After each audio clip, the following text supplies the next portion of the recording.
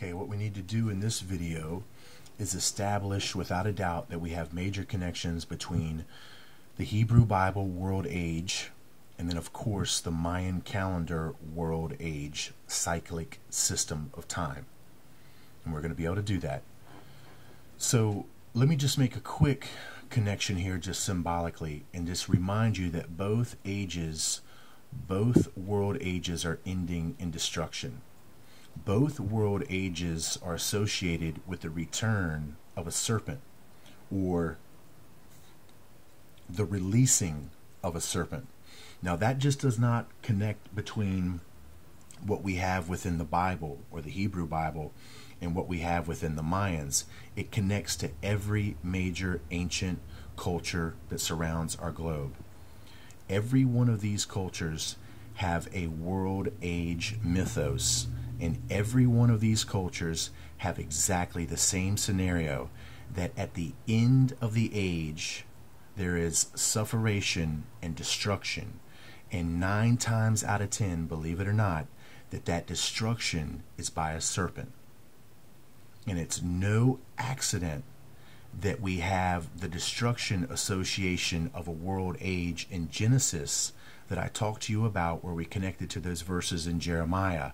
And if you remember, between verses line 1 and 2 of the book of Genesis, it says that the world has suffered a judgment. Now I want you to notice that who appears on the scene right after this judgment in the book of Genesis. Well, it's none other than the serpent. That's exactly right. And what you begin to need to understand is that we're keying in another world age cycle at the very beginning of Genesis. And that's what's going to make the connection to your mind why that I showed you in the Schofield Bible and even in the verses in Jeremiah that we're referring to an earlier judgment. This judgment is absolutely 100% related to the cyclic judgment of time of this world age scenario that has everything to do with the serpent. Everything to do with it. So keep that in mind and understand that we have connections between every ancient culture surrounds the globe, has a world age mythos of about 5,000 years, and that they are connected 9 times out of 10 to a serpent that delivers this destruction. Now I'm going to go ahead and read you one now, just one random connection between a very high ancient culture, okay, and it's going to be the Hindu, and we're going to talk from the Hindu cosmology, and I want you to listen how they term the destruction of a world age. Sesha is the serpent destroyer of Vishnu, who represents the destruction with a venomous fire of one world age as it shifts to another. Now, I would advise you, if this isn't strong enough information, to do your own research.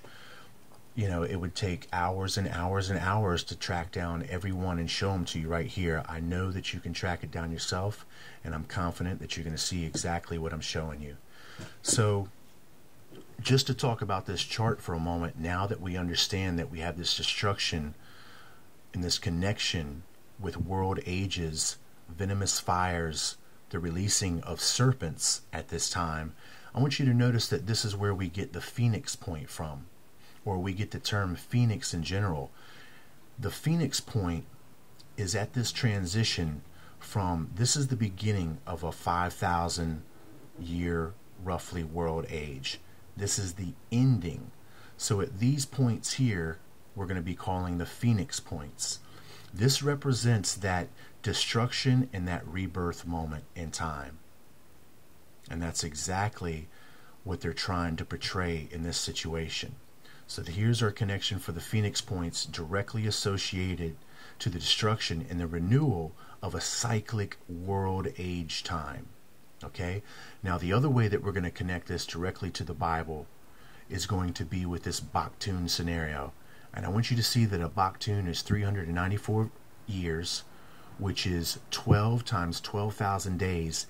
It equals 144,000 days. I'll be back.